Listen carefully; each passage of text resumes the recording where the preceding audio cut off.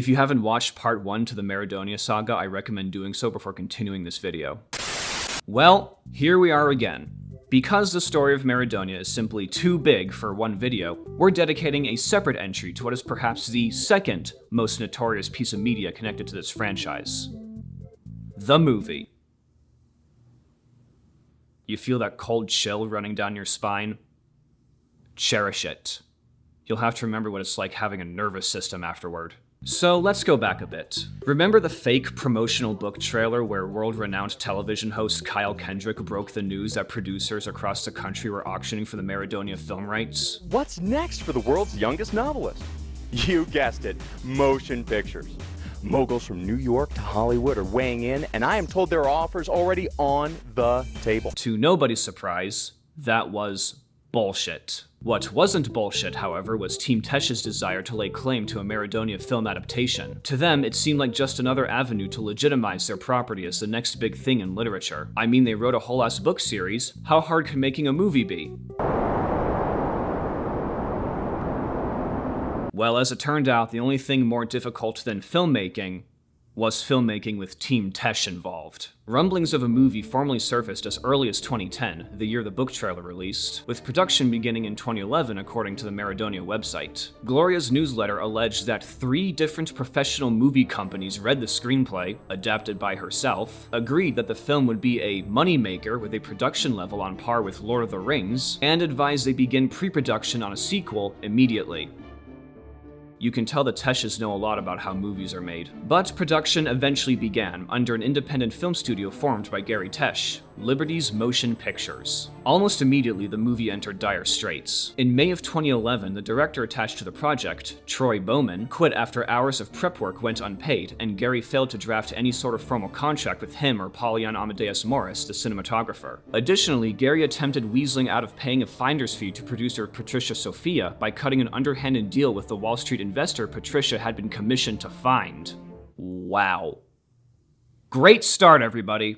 All this was revealed from Polyan via the Maradonia Movie's official Facebook account, which just goes to show what kind of ship they were running over there. With every other director and producer leaving the project due to not getting paid, the film was left with Gerry as the director, and Gloria, who would have been 16 or 17 at the time, as the executive producer. Can't rely on anyone these days. You gotta do everything yourself, don't we? But somehow, someway, progress on the movie continued. Now siphoning from his own wealth, Gerry did indeed compile enough actors and crew to form what, at a glance, seemed like a believable production. On November 4th, 2011, Team Tesch released a teaser trailer. I'll play it in its entirety.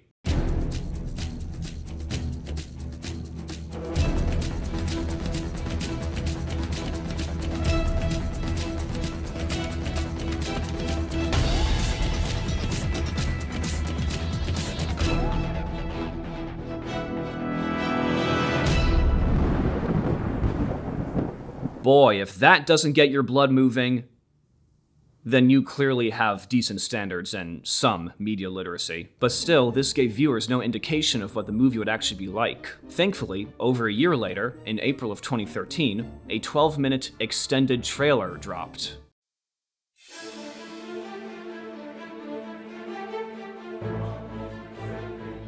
The roots of pride and jealousy started to grow from within because Apollyon was corrupted by his own beauty. The Empire of the Underworld has declared war against the land of Maradonia. You two going to the beach? Yeah, we are. Hey, I have to warn you, don't go to the Pebble Beach. It's a very dangerous place. A lot of people have gone missing in that area, and their bodies have never been found. I wonder, where could anybody go?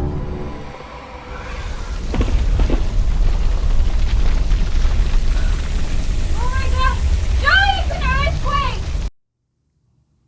You know how they say that it's not that God doesn't listen to your prayers, it's just that sometimes the answer is no?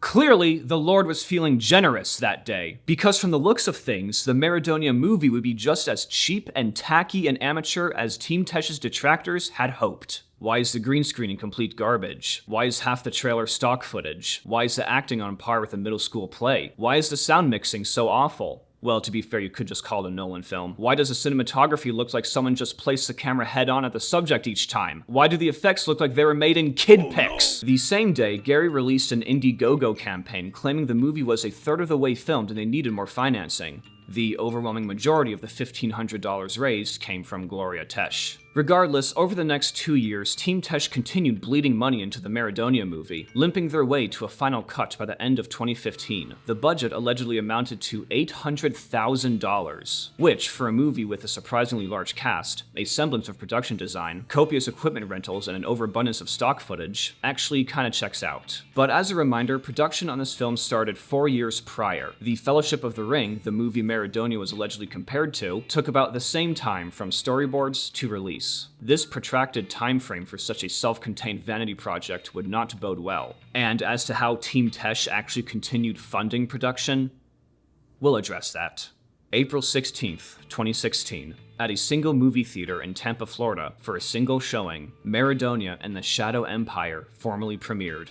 So much for the theater near you promises. The screening was largely attended by the cast and crew, so practically zero outside viewers got a chance to report on what they saw. After the premiere, Team Tesch put a stopper on all things Shadow Empire, and it seemed that, after 5 years of ravening intrigue, no one beyond their inner circle would ever know what the full movie was truly like. Barring a fateful trip to Los Angeles in November of 2015. Months prior to release, just after production wrapped, Gerry apparently attended the annual American Film Market seeking a distributor for Maradonia and the Shadow Empire, handing out DVDs to passers-by. From this event, through uncertain particulars, a copy fell into the hands of a YouTuber with the handle Handsome Pete, who ripped it and uploaded it to his channel on October 13th, 2016, as an unlisted video with an American Film Market 2015 watermark, which he titled Maradonia and the Green Screen of Shame. And finally, the world could bear witness to what Team Tesch had stitched together from the slivers of burnt cash and perverted dreams. So sit back, grab a drink, and let's watch a movie. The film opens with a minute-long advertisement hyping the Maradonia books. Wow, literally the first frame in the movie's a whore. Like, at least take me to dinner first before I pay you to fuck me. A cliched old man reading from a cliched book narrates the introduction. And the ancient prophecy of the Light King was fulfilled. At the end of the age, when the two silver birds attacked the twin brothers. Excuse me? When the two silver birds attacked the twin brothers. I'm begging you, movie. Please don't go there. Whatever grains of dignity that haven't yet slipped through your fingers, just hold on to them. Please. What? Ooh. Is this where the $800,000 went? Really savor that PS2-looking dragon flying overhead, folks, because it's the most fantastical thing you'll see in this movie. One surprising thing is the dragons flying around, and the computer effects are really good. Well, he's right about one thing. I certainly was surprised. Man, for a glacier palace, there's sure a lot of deciduous trees and tropical plants in bloom. Maybe they're magic. Ooh.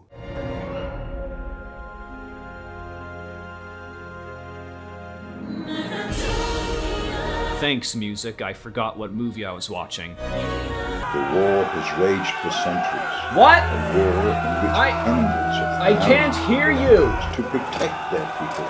Audio mixing? What's that?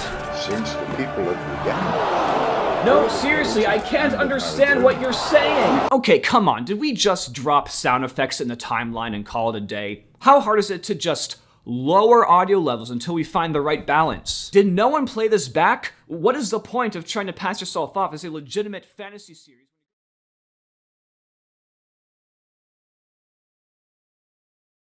The children of Uganda, who escaped the firestorm by hiding in the forests, were hungry and desperate to find their families. Well, look at that. There's both your problems solved.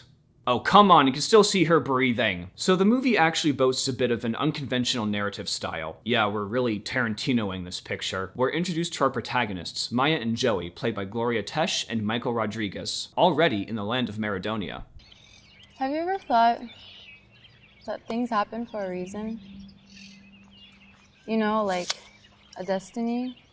Beautiful. The true extent of this movie's acting and writing in one fell swoop. Hope you like Gloria's expression of blank, slightly pinched befuddlement, because it's the default face she wears throughout the movie. They don't get a chance to rest for long, however, as they're being pursued by two Mu Nazguls. I smell these humans! I know they're here! I will give Michael Rodriguez credit. He's one of few actors in this movie who can deliver and perform this terrible dialogue in a convincing manner. Home? Which direction is that? Please tell me.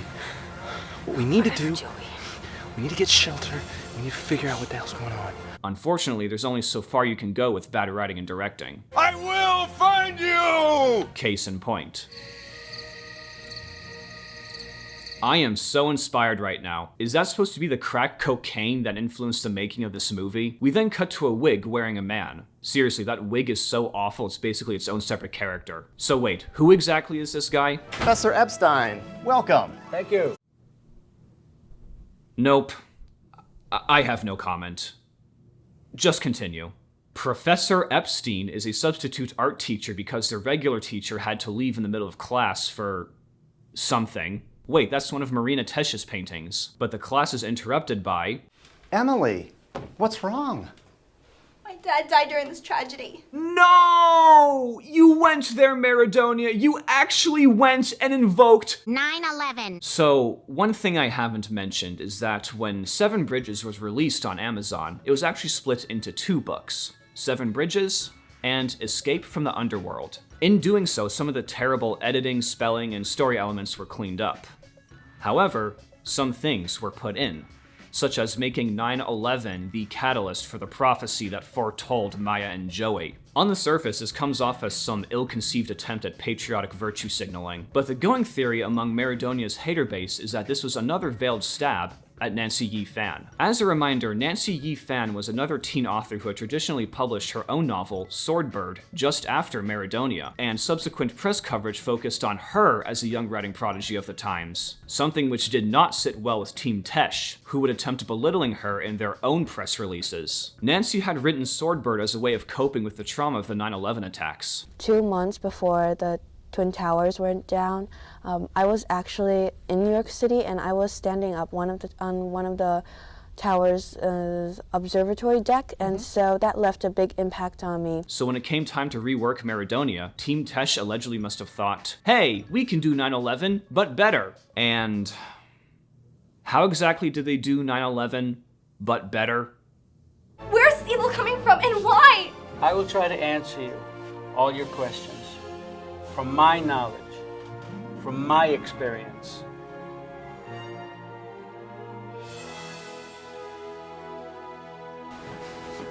All this started when a war broke out in heaven. There was a mighty light carrier in the kingdom of light. His name was Apollyon. Yes.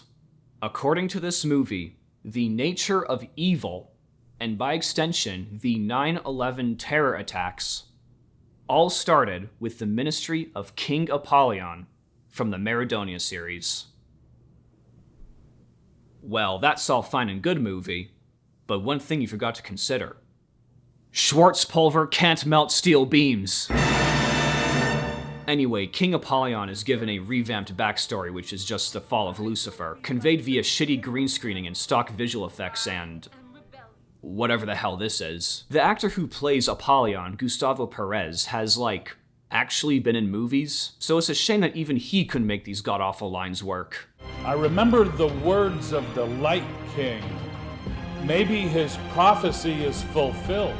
We are not afraid of anyone or anybody. We must be prepared. The failure to prepare is the preparation to fail. Or maybe he was just trolling the whole time. It was difficult because the dialogue had a lot of elements from the past, thousands of years ago, the way they spoke, and so... And these children will show you your limitations. Jesus Christ! We will conquer the whole world! Oh my god! We'll what the fuck is going on? For eternity! Shut up! These children! Shut up! What the hell was that?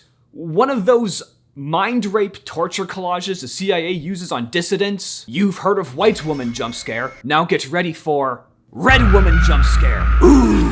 All I know is that if there were any actual children watching that in theaters, it would have been a screening for Maradonia and the Shitting Empire. Children under, I would say, 7 shouldn't see it because it's pretty scary. The evil scenes when I'm talking to all the devils in hell. The story of Apollyon and his evil empire goes on, but the story of the 2 children had just begun. Professor Epstein, the less I hear about children from you, the better. So yeah, Maya and Joey are technically characters in a story in a story. It starts off with their first day at a new school, like the book. The Maya glazing also carries over. You're such a beautiful and intelligent girl, but you are very shy. Cut. Cut. Cut! Thank you. Like the book, Gloria gets into a fight with Alana Terrence. Hey. Move it! Make me. Yeah, make her. Eat your heart out, Kingsmen.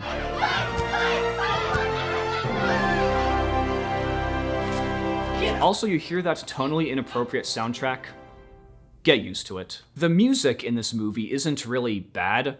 Some of it's stock music anyway, but its placement is absolutely atrocious. It's overbearingly triumphant in places it shouldn't be, and of course it drowns out the dialogue half the time. I know I said filmmaking is hard, but I mean, you had to have watched movies before, right? I'm really starting to doubt the line between stupidity and malice. Maya's fight wins her so much popularity that she's invited to Joey's friend's birthday party. Maya tells him off for his flippant attitude. The only stuff you think about is skateboarding, girls, and being liked by everybody. You take everything for granted. I've said enough about Gloria's acting and writing, so I'll try not to bring it up again. I just thought it was also rude of Joey to take everything for granted. The doorman gets accosted by the 7 white doves, and somehow it's even more ridiculous than the book. Hey, Birdie, you can't get in here. If I can't go, you can't go.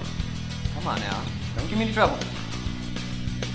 Oh, you got some friends too, huh? Amazing. Birdemic gave us exploding eagles. Maradonia gives us stock footage of doves attacking another shot. Bird representation in film has hit its zenith. Joey and his friends, who are like 10 for some reason, push Maya into the pool for a joke. This sequence is so incompetently edited that it makes no sense to someone who didn't read the book, which also didn't make much sense. And look at Joey just laughing at his dead, drowned, waterlogged sister whom he killed with his cruel prank. No, she didn't actually die, but she's so angry with him that she pulls out the quote book again. And if everybody's eating dirt, that doesn't mean you have to do the same thing. Hey, you forgot something. Go away from me. Come on.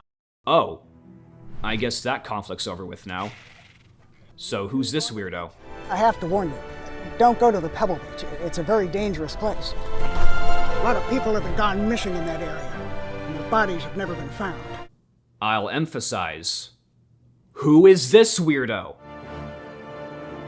Oh, you just gonna pedal away now? Gotcha. Thanks, weirdo. At the beach, Gloria decides to show off her assets again. And no, the overblown Hans Zimmer score while a canonically high school-aged girl takes her clothes off isn't making it any less awkward.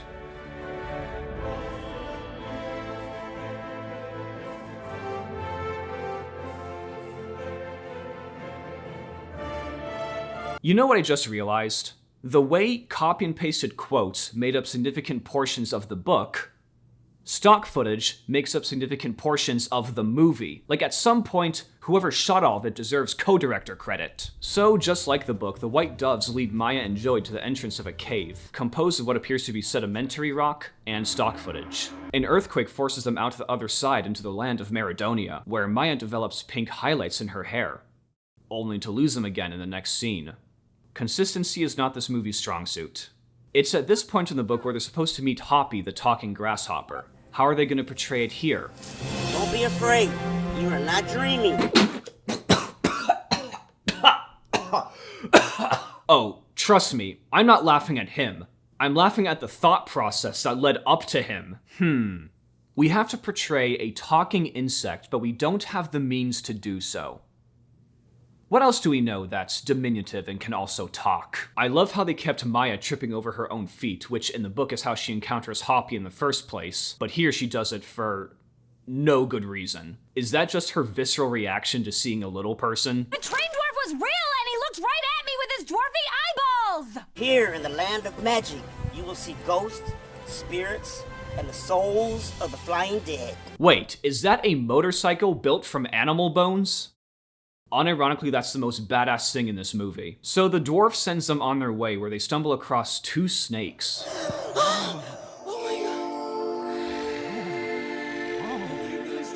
Shitty visual effect aside, I bet they felt so cool capturing the shot. But I'm just sitting here wondering if this film got Humane Society approval. That does not look like a content snake. What? Oh no, it's that one lady from the farmer's market. You know who I'm talking about. Actually, this is Arabella, the snake who's a spy, portrayed by Gloria's mother, Marina. As silly as she is, I can't deny she probably relished in the opportunity to ham it up for this character, although admittedly I'm more distracted by the music that sounds like the hazy maze from Mario 64. Screw the lagoon! Let's go get some more treasure. Yeah! Continuing the trend of animal characters being adapted into humans, Libertine the dove shows up and... My name is Libertine. Oh, for God's sake. You must follow us and fulfill your destiny. What? First the dwarf tells us to find our destiny, and now you come and tell us to fulfill it? I mean, what next? Is she gonna tell you to follow your destiny now? What an asshole. Also, can you please keep your fingers in this dimension? You're scaring me as much as the snake lady. Thanks to Pink Girl's warning, Maya and Joey renounce Arabella and move on to meet the next character. And visitors from another world will come one day and encourage and enlighten the people of Maradonia. Oh, great. I think we found the worst actor in the movie. This is supposed to be Oraculus, the toad from the book, and the old man portraying him does not look like he wants to be there. I am Oraculus, the wizard, and I am ordered to protect and accompany you on your journey. He gives off the vibe of a has-been thespian who's been reduced to wearing cheap cloaks and running around in low-budget fantasy films because that's the only work he's able to find. We must hurry and get to the Valley of Ima at Lake Lagoon as soon as possible. I feel so bad for him. This man probably wants to write stage plays or act alongside A-list titans. Instead, he's being forced to play dress-up for a movie that will never see the light of day. The Kingdom of Light has commanded me to protect you from the powers of darkness. Such is life's great tapestry. Or its great dish rag in this case. Oraculus joins their party after they're found by Arabella, who's doing Arabella things. And after another sloppy stock footage transition, they encounter... We have come in peace. I spoke too soon.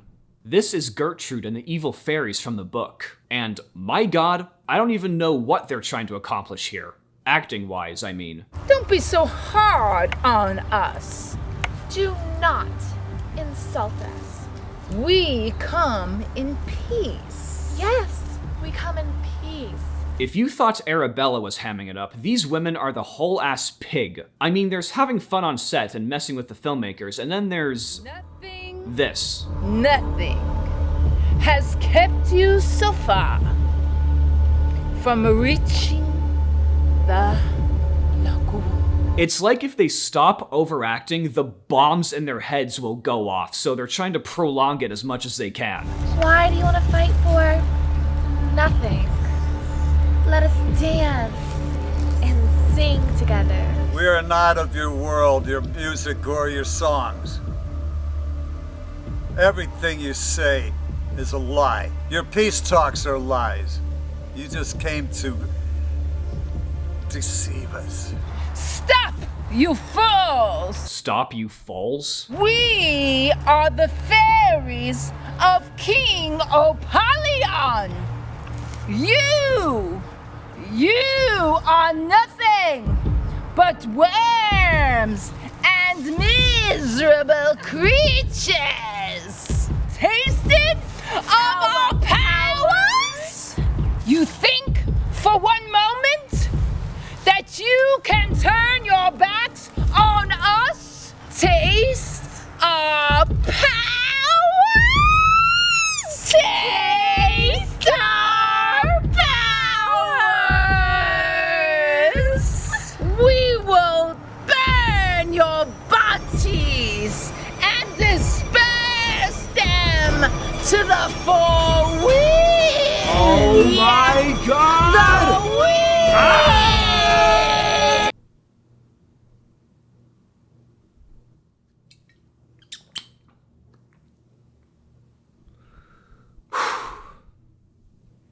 Holy shit. Ladies and gentlemen, we've done it. We have just borne witness to the worst piece of acting in the history of the craft. Like, forget It's Turkey Time, forget Oh Hi Mark, and screw while you were still learning how to spell your name. That was the worst acting ever. And as for the blood clot atop the shit cake, all that wailing and flailing leads to some crappy fire effects which Oraculous dismisses as an illusion, and they're all able to get past it.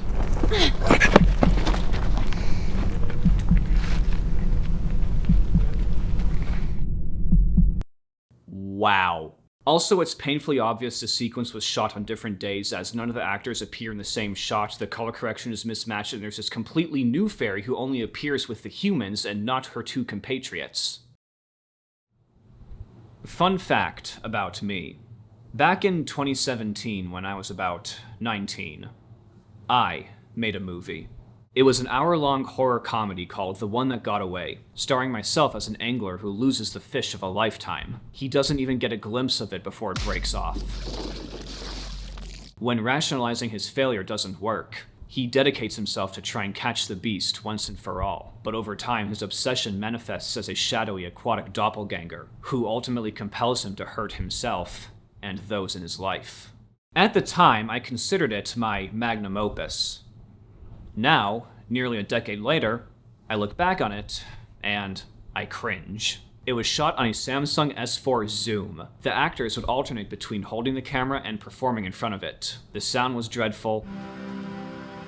The cinematography was questionable. The lighting and color sucked. The acting was subpar. And the writing was overbearing and absorbed in its own significance. In other words, pretty much every technical pitfall, and some narrative ones, that persisted in Maradonia and the Shadow Empire also cropped up in my movie. Now, I don't want to sell myself short.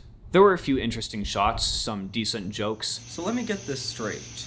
You broke into my house in the middle of the night to kill me. Am I getting this right? All because you couldn't catch a fish. Well, when you put it that way, yeah. I got to ham it up as an evil version of myself. There was a decent message about finding the strength to accept the things you can't change, and it featured a vaping Jesus. It had merit. You know what? Let me tell you a little story. No, Jesus. What? Nothing. Carry on.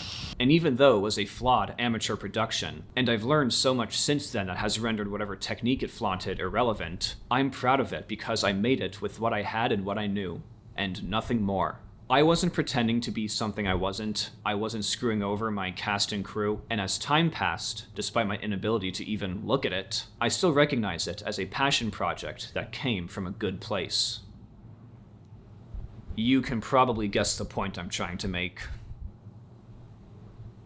So finally the gang meets the Maradonian villagers, and they're given a succinct appraisal. You are not welcome here. We come in peace. I will be watching you. I did not edit that. Joey offers his own assessment. What armies? I see women. Oh, and old men. Oh, what the hell was that for? You're terribly rude. You should be ashamed of yourself. Okay, say sorry. They have no army. I said say sorry or you're going down. Sorry, right? I didn't mean it.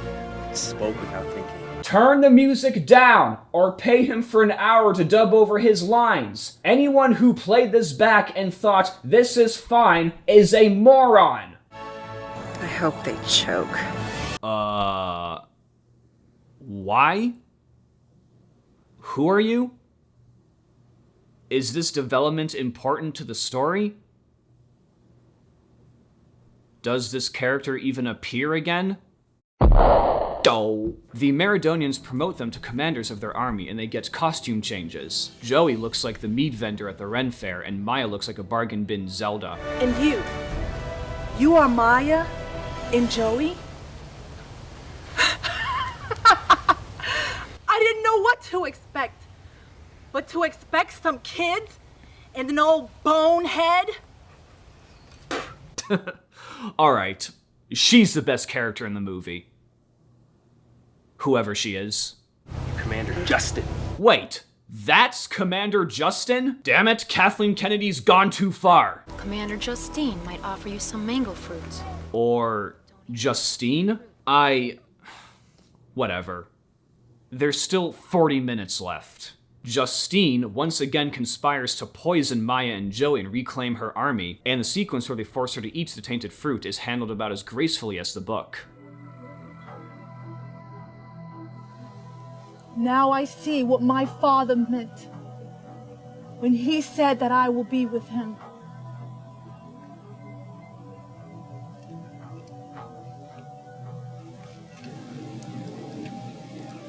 Kirari, jungle poison. Oh joy, she's back. Hello, Maya and Joey. You've done well so far, but today is not your day. Man, what did they do to you, Gertrude? They sucked out the ham and replaced it with Spam. Oh no. No, what do you want? Oh my god.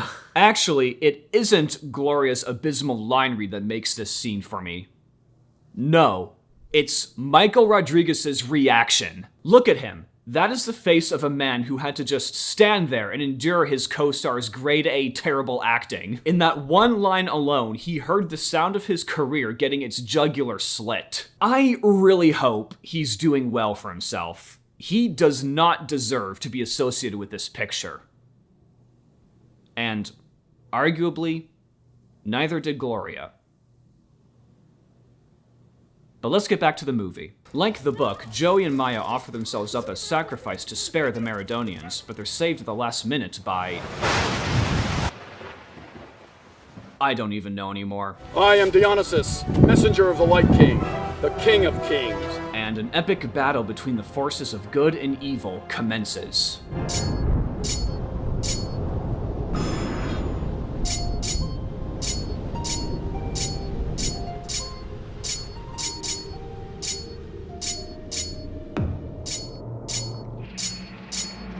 You called me a fool? Well, I have news for you. Watch this. Take that. And this. Wait, are you telling me this old man could shoot fireballs the whole time and he's only just now doing so? I mean, I can't blame him. It looks like every fireball takes 5 years off his life. Take that. And this. And this.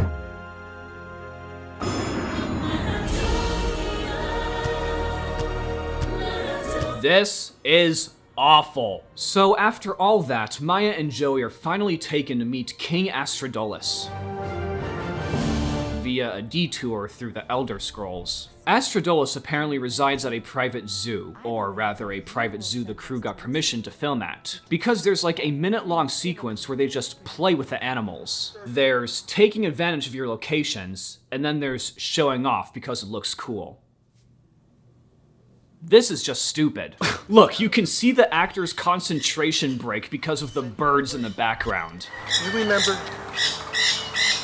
Astrodolus leads Maya and Joey to the pool of blood, or rather the awful visual effect, where they bathe in it and naked. I really hope Gerry Tesch wasn't behind the camera for these shots. Also, I was wrong and uninformed. The pool of blood that makes you invincible is a Siegfried reference, not a River Styx one. You may send your leaves of indignation to this email address. News of Maya and Joey's triumphs reach King Apollyon's lair. He does not take it well.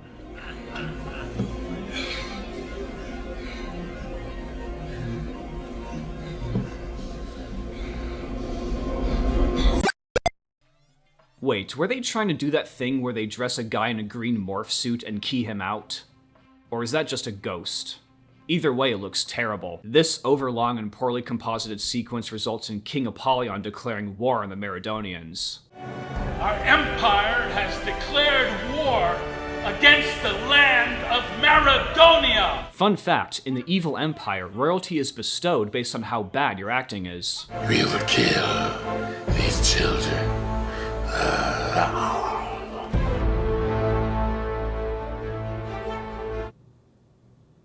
I mean, what other way could this movie end? Of all the actors who suffered for this picture, I feel most bad for the snakes. That is the face of a snake who knows what's coming and can't do shit about it. And they say reptiles are cold-blooded.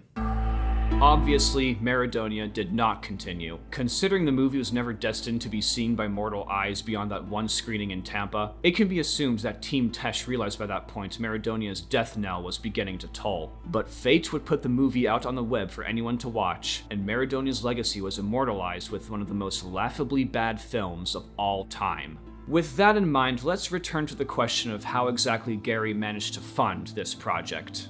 Well, to absolutely no one's surprise, Gerry's unscrupulous financial habits ran a lot deeper than initially thought. According to court records and news articles, Gerry and Marina Tesch were essentially co-conspirators in a prolonged bank fraud scheme. Their opulent house was to be foreclosed on within the first year of them buying it, but Gerry and Marina would file incomplete bankruptcy applications, compelling the courts to toss their cases and forcing the bank to restart the foreclosure process. Lather, rinse, repeat, until 2015, when the courts banned them from filing for bankruptcy for 2 years, giving the bank authority to finally evict them. So that whole time, while Gerry withheld financial obligations to his home and the court system, he was free to pour money solely into Maradonia and the Shadow Empire, in the hopes that a producer or distributor would pick it up and recoup them. In one last-ditch attempt to gain relevance for Maradonia, Gerry entered a partnership with a production company called Wardow Studios in 2016, fronted by Steven Naya, a man who had a history of claiming credit for work on films that he never even touched, and acquiring IPs from inexperienced, hungry filmmakers for his own financial gain. And through a convoluted series of mishaps and shady dealings, Gerry gave up the rights to Maradonia, only for Steven to never formally sign on to them, causing the filmmakers he'd brought on to drop out, and leaving the Chinese-funded adaptation, Maradonia: A Mermaid's Tale, as nothing more than a cheap poster.